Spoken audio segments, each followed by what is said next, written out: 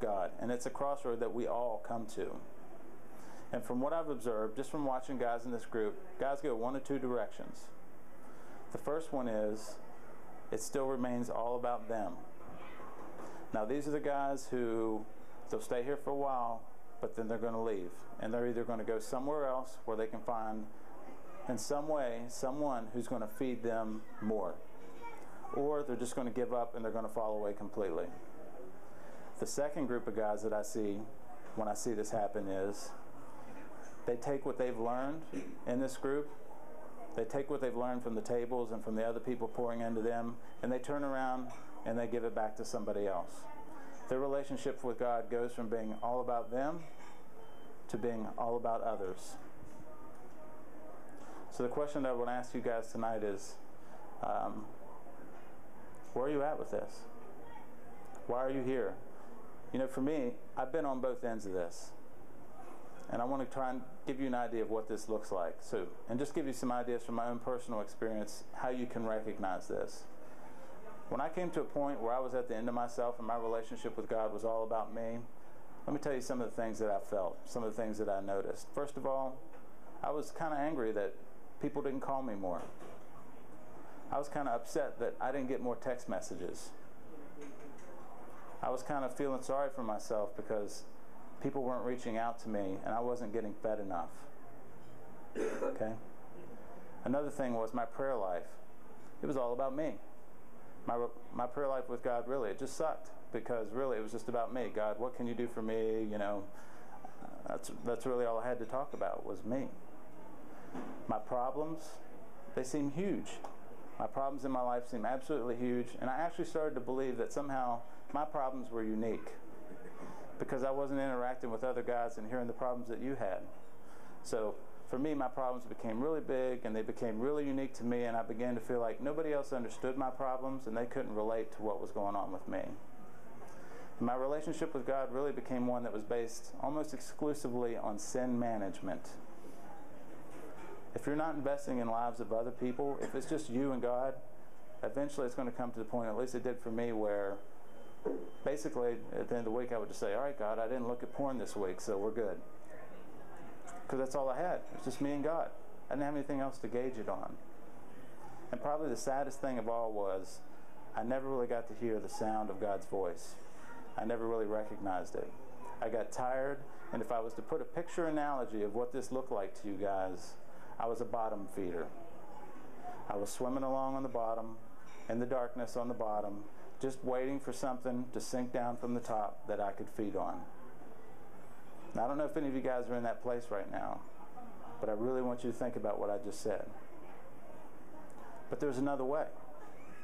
And this is where we start to talk about taking our relationship with God and taking the focus off of ourselves and placing it on the people that God has put into our lives. And as soon as I did that, I'm not going to say it was easy, it was challenging, but it's been wonderful.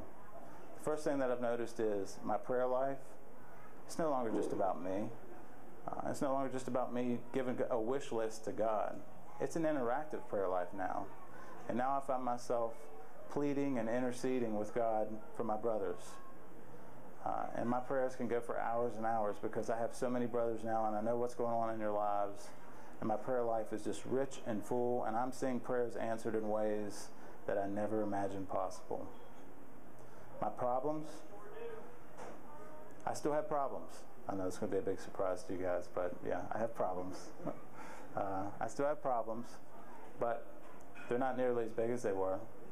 And I'm not nearly spending nearly as much time focusing on them.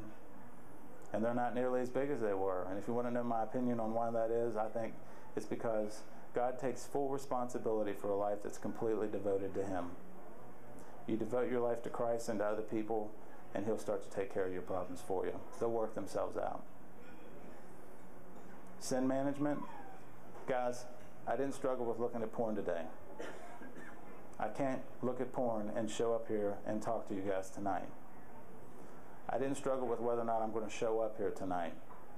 If my little brothers are here, I'm going to show up whether I feel like it or not. There are some nights, I'll be honest, yeah, I don't feel like showing up. I'm tired, had a bad day, but if my little brothers are here, I'm going to be here for them. And probably the most important thing is, I'm learning to recognize the voice of God. And it's a beautiful thing. As He leads me into relationships with other people, as He leads me into conversations with other people, as He leads me into uncomfortable situations with other people where I'm completely dependent upon Him. But to recognize the sound of His voice has really helped me to be a much better follower. It's kind of hard to follow God when you can't hear Him. Okay? So what's this look like? Let me have you, David, throw that up there. This is Vanna White, otherwise known as David Weaver. It's hard, but we'll try. Now, before we get into this, I want to say this. What's this look like? What's this look like to take the focus off of ourselves and put it on to others? Well, the first thing I want to say is, for me personally, I'm sick of saying the excuses that I'm not good enough, I don't know enough, and I don't have enough time. I'm sick of saying those excuses. And I'll be honest with you guys, I'm sick of hearing you guys say those excuses. So tonight, let's just put that to rest. All right? This idea that we're not good enough, we can't do this, we don't have enough time. Paul said in a scripture, and I'm going to paraphrase it, he says, if you think you're too busy to help your brother, you're just not that important. So let's just put that crap to rest right now, okay? We have time for this, we're not too busy for this, and we can do this. But what does it look like? Well, first of all, very rarely is it about having the perfect answer, right? If there was a perfect, easy answer, they probably wouldn't be coming to you in the first place, okay? So let that one go. You don't have to have the perfect, easy answer. It's not always about having the perfect scripture memorized so that you can encourage your brother by preaching at him. And it's not just leading a table, and it's not just standing up here and speaking to a group of people. What it is, however, is it's about intentionally caring about someone else and seeking God together. Let me say that again. It's about intentionally